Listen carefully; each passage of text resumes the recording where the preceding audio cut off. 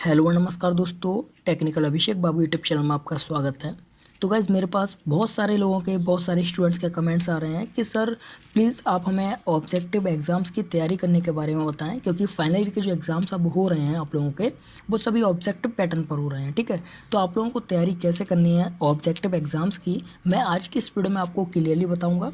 आप किसी भी यूनिवर्सिटी से हों, आगरा यूनिवर्सिटी या फिर सीसीएस यूनिवर्सिटी, किसी भी यूनिवर्सिटी से हैं आप, किसी भी कोर्स के लिए हों आप, चाहे अंडर ग्रेजुएट, पोस्ट ग्रेजुएट या फिर किसी भी कोर्स के लिए, मैं सिर्फ और सिर्फ आज की इस वीडियो में आपको जो इम्पोर्टेंट चीज़ें हैं आपको ऑब्जेक्टिव एग्ज़ाम में प्रिपरेशन करने की, वो चीज़ें बताऊंगा। ठीक है, तो सभी स्टूडेंट्स के लिए ये वीडियो है, चाहे आप किसी भी स्टेट से हों, उत्तर प्रदेश, मध्य प्रदेश, कहीं से भी हैं आप, और किसी भी कोर्स से हों। अगर आप लोगों के फाइनल ईयर के एग्ज़ाम हैं और ऑब्जेक्टिव पैटर्न पर हैं, तो आप लोगों को ये वीडियो बहुत ज़्यादा सूटेबल रहेगा, बहुत ज़्यादा आपके लिए हेल्पफुल रहेगा, बहुत ज़्यादा आप लोगों के लिए ये जो है फ़ायदा करेगा और आप सारी चीज़ों को बहुत अच्छे तरीके से याद कर पाएंगे। चलिए स्टार्ट करें। देखिए गाइस, सबसे पहले हम यहाँ पर बात करते हैं कि ऑब्जेक्टिव एग्ज़ाम्स इस बार जो आएगा, यानी कि फाइनल ईयर का जो इस बार आएगा वो किस पैटर्न का रहेगा, क्योंकि सडनली एग्जाम्स हो रहे हैं आप लोगों के। ठीक है, और बहुत से बहुत 11-12 दिन पहले आप लोगों को डेट शीट प्रोवाइड कर दी गई है कि ऑब्जेक्टिव पर आपके एग्जाम्स इस तारीख से स्टार्ट हो रहे हैं। तो अब तैयारी कैसे करनी है इतने कम समय में। सबसे पहले मैं यहाँ पर बात करूँगा जितने भी कॉमर्स लाइन के स्टूडेंट्स हैं उन सभी के लिए, चाहे आप अंडर ग्रेजुएट के हों चाहे आप पोस्ट ग्रेजुएट के हों। ठीक है, कॉमर्स वाले स्टूडेंट्स को, उसके बाद में आर्ट्स साइड वालों को, उसके बाद में साइंस साइड वालों को, सभी को सारी चीज़ें कंप्लीटली बताऊंगा हर एक कोर्स के लिए। देखिए, जितने भी कॉमर्स वाले स्टूडेंट्स हैं उनको क्या करना है, बहुत कम समय है आपके पास, तो आपको सारी चीज़ें दिमाग में लेकर के चलनी है। जो भी आपके पास मॉडल पेपर है, आपको मॉडल पेपर से पढ़ना है। और सबसे इंपॉर्टेंट चीज़ यहाँ पर यह है कि मॉडल पेपर में आपको क्या क्या चीज़ें पढ़नी है। ठीक है, ऑब्जेक्टिव के रिगार्डिंग। तो देखिए, सबसे पहले आपको क्या करना है कि मॉडल पेपर उठाने हैं, जो भी आपके एग्जाम्स हैं सभी एग्जाम्स के मॉडल पेपर आप उठा करके अपनी स्टडी टेबल पर रखें। उसके बाद में आपको क्या करना है कि एक एक मॉडल पेपर लेते जाएं और आप कुछ पेजेस ले लें। ठीक है, और कुछ नोट्स तैयार कर लें। ठीक है, 4-5 पेज के नोट्स तैयार कर लें। अब आपको क्या करना है कि उन नोट्स में आपको मॉडल पेपर में जितने भी इंपॉर्टेंट एक्ट्स हैं, यानी कि जो आपका कॉमर्स का मॉडल पेपर होगा, ठीक है, उसमें जैसे कि अगर मैं बात करूं कोऑपरेटिंग अकाउंटिंग की, या फिर मैं बात करूं ऑडिटिंग की, या फिर मैं जितने भी ऐसे सब्जेक्ट हैं, जितने भी स्टूडेंट्स हैं सभी के अंडर ग्रेजुएट पोस्ट ग्रेजुएट में, जो कि आप लोगों के धाराओं से रिलेटेड होते हैं, एक्ट से रिलेटेड होते हैं, तो जो इंपॉर्टेंट एक्ट हैं, इंपॉर्टेंट जो धाराएँ हैं, उनको आप नोट्स में जो है मतलब उसे लिख लें। ठीक है, और एक चीज़ आप ध्यान में रखें कि जितनी भी इंसिडेंट्स हुई हैं, जिनकी वजह से धाराएं बनाई गई या फिर जिनकी वजह से धाराएं बिगाड़ी गई, वो सारे इंसिडेंट्स आप जो नोट्स में लिखें। ठीक है, सबसे पहली चीज़ धाराएं आप जरूर लिखेंगे, क्योंकि ऑब्जेक्टिव क्वेश्चंस में यही सारी चीज़ें पूछी जाएंगी। वो धारा कब स्टार्ट हुई, वो धारा कब से चली, और वो धारा क्यों ख़राब हुई, उस धारा को क्यों हटाया गया, ये सारी चीज़ें पूछी जाएंगी। ठीक है, दूसरी चीज़ कि जितनी भी कंपनियाँ बनी, बड़ी बड़ी कंपनियां जो स्टार्टिंग में सबसे पहले बनी थी, जो ज़्यादा फेमस थी, जिनकी वजह से बहुत नुकसान हुआ या फिर जिनकी वजह से बहुत फ़ायदा हुआ, या फिर जिनकी वजह से बहुत सारी एक्ट्स बनाए गए, बहुत सारी धाराएं बनाई गई। ठीक है, उन सारी चीज़ों को आप जो है नोट करें, और बहुत शॉर्ट में नोट करें। ये ना कि आप पूरा टाइम उसी में निकालते हैं, बहुत शॉर्ट में नोट करते जाएँ, बहुत शॉर्ट में। ठीक है, दो चीज़ें क्लियर होती हैं। तीसरी चीज़, आपको फॉर्मूले, अगर आप लोगों के मैथ के हैं, जैसे कि मान लीजिए जितने भी फाइनल के स्टूडेंट्स हैं बीकॉम वाले, या फिर अदर के, मतलब सभी के लिए बोल रहा हूँ, बीकॉम वालों को, जितने भी आपके कोऑपरेटिंग अकाउंट है जैसे, ठीक है, इसमें आपके लिए कुछ मैथ के क्वेश्चंस आते हैं। या फिर हम बात करें फाइनेंशियल मैनेजमेंट की, तो इसमें भी आपके मैथ के क्वेश्चंस आते हैं। अगर हम बात करें यहाँ पर आपकी मैनेजमेंट अकाउंटिंग की, तो इसमें भी आपके मैथ के क्वेश्चंस आते हैं। इन चीज़ों में आपको क्या याद करना है, तो इन चीज़ों में आपको फॉर्मूले याद करने हैं। ठीक है, फॉर्मूले पूछे जाएंगे ऑब्जेक्ट में कि ये फॉर्मूला किस में लगता है, ये फॉर्मूला किस में लगता है। ठीक है, ये सारी चीज़ें आपसे पूछी जाएंगी। अब गाइस, दूसरी चीज़ यहाँ पर ये है कि आप जितने भी स्टूडेंट्स हैं, आप लोगों को फॉर्मूले याद करने हैं।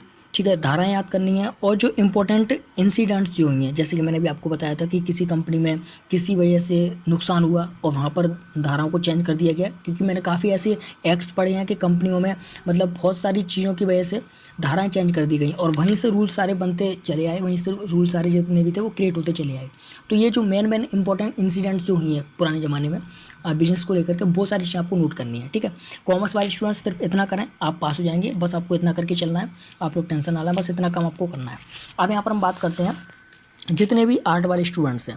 देखिए, आर्ट वाले स्टूडेंट्स को क्या करना है, सबसे पहले आर्ट वाले स्टूडेंट्स तो बहुत ही ज़्यादा मतलब लकी हैं, क्योंकि आप लोगों को कुछ नहीं करना होता, सिर्फ थ्योरी होती है आप लोगों के पास।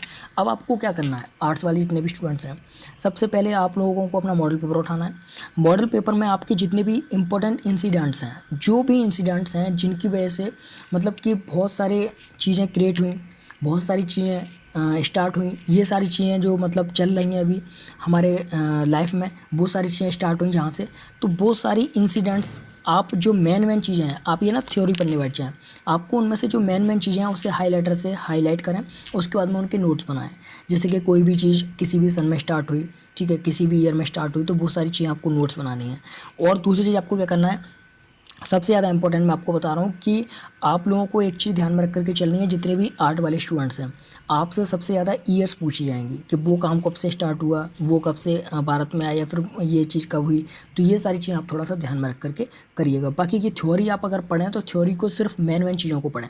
अगर आप कोई भी एक चैप्टर की थ्योरी लेकर के बैठे हैं तो उसमें सिर्फ आप मेन चीज़ की थ्योरी पढ़ लें। जैसे कि अगर मान लें मैं किसी कॉमर्स की चीज़, मतलब जैसे किसी आर्ट साइड की लेकर के चलता हूँ, कोई भी आर्ट साइड का आप एक इंपॉर्टेंट चैप्टर का कोई पहला हिस्सा पढ़ लें और वो पूरा हिस्सा उसी पर बेस होना चाहिए, ठीक है। तो उस पर जो बेस रहेगा तो उससे आप सिर्फ मेन चीज़ एक चीज़ पढ़ेंगे, वहाँ से आप उसके बाद में आप सारी चीज़ें समझ जाएंगे खुद ब खुद, ठीक है। और अब आपको क्या करना है कि जितने भी आर्ट वाले स्टूडेंट्स हैं उन लोगों के लिए मॉडल पेपर मार्केट में आ चुके हैं ऑब्जेक्टिव वाले, तो आप लोग मॉडल पेपर भी ले सकते हैं, ठीक है। संजय के नाम से मॉडल पेपर आए हैं और वो मॉडल पेपर आप बाय कर सकते हैं। अब यहाँ पर हम बात करते हैं साइंस सेट वालों के लिए। साइंस सेट वाले जितने भी स्टूडेंट्स हैं, वो सभी स्टूडेंट्स, सबसे ज़्यादा इंपॉर्टेंट है कि आप लोगों को फार्मूलेज याद करने हैं, ठीक है। फार्मूले जितने भी आपके होते हैं मैथ में, और जितने भी फार्मूले आपके साइंस में होते हैं, बहुत सारे फार्मूले होते हैं, तो वो फार्मूले जो इंपॉर्टेंट है, सारे नहीं, जो इंपॉर्टेंट है उन्हें याद करें, नोट्स बना लें उनके। दूसरी चीज़ आपको क्या करनी है कि साइंस में आपको एक चीज़ बहुत ज़्यादा ध्यान में रखनी है। देखिए मैथ में आप फार्मूले याद करेंगे, ठीक है, और जो इंपॉर्टेंट चीज़ें हैं वो। साइंस में आपको एक चीज़ और ध्यान में रखनी है कि जो भी आपकी साइंस है, और उस साइंस में आपको एक चीज़ बहुत ज़्यादा ध्यान में रखनी है। यानी कि ये मान लीजिए आपके सबसे ज़्यादा बेस जो क्वेश्चन रहेंगे वो उसी पर रहेंगे साइंस में। आपको क्या करना है कि जितने भी आपके क्वेश्चंस बनते हैं साइंस में ऑब्जेक्टिव के, वो सभी बनेंगे साइंटिस्ट के नेम्स पर।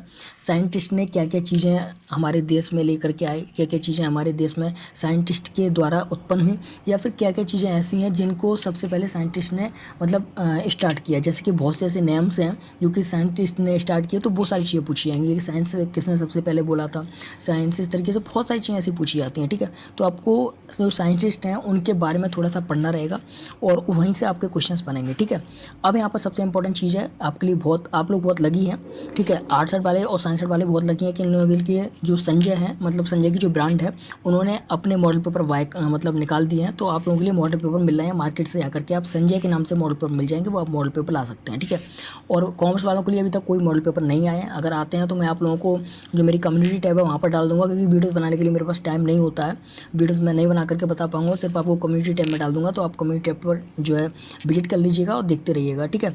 तो जितने भी साइंस साइड वाले आर्ट साइड वाले स्टूडेंट्स हैं, आप लोग अपने नोट्स बना लें और मॉडल पेपर आपको मिल रहा है, मॉडल पेपर आप मार्केट से ले लें, ठीक है। और जितने भी कॉमर्स वाले स्टूडेंट्स हैं, आप लोगों को तो मॉडल से ही पढ़ना है और कोशिश करनी है कि आप लोगों को अच्छे मार्क्स लाने के लिए ज़्यादा से ज़्यादा समय जो है अपनी पढ़ाई को देना है, ठीक है गाइस। तो ज़्यादा समय आपके पास है नहीं और आप पढ़ते रहें। अगर आपकी कोई भी क्वेरी है तो आप मुझे कमेंट कर सकते हैं। मेरी वीडियो जो है इस समय आपको लॉन्ग टाइम बाद मिलेंगी, यानी कि मेरे पास समय बहुत कम था, मजबूरी में वीडियो बनानी पड़ी है मुझे, क्योंकि स्टूडेंट्स के बहुत कमेंट्स आ रहे थे और मैंने सोचा कि चलो एग्ज़ाम्स भी हैं, स्टूडेंट्स गलत राह पर, गलत रास्ते पर ना जाएं, इससे बढ़िया है कि मैं उन लोगों को थोड़ा सा समय दे करके वीडियोज़ बना करके उन लोगों को थोड़ा बता दूं किस तरीके से पढ़ाई करनी है, ठीक है guys. Thank you so much.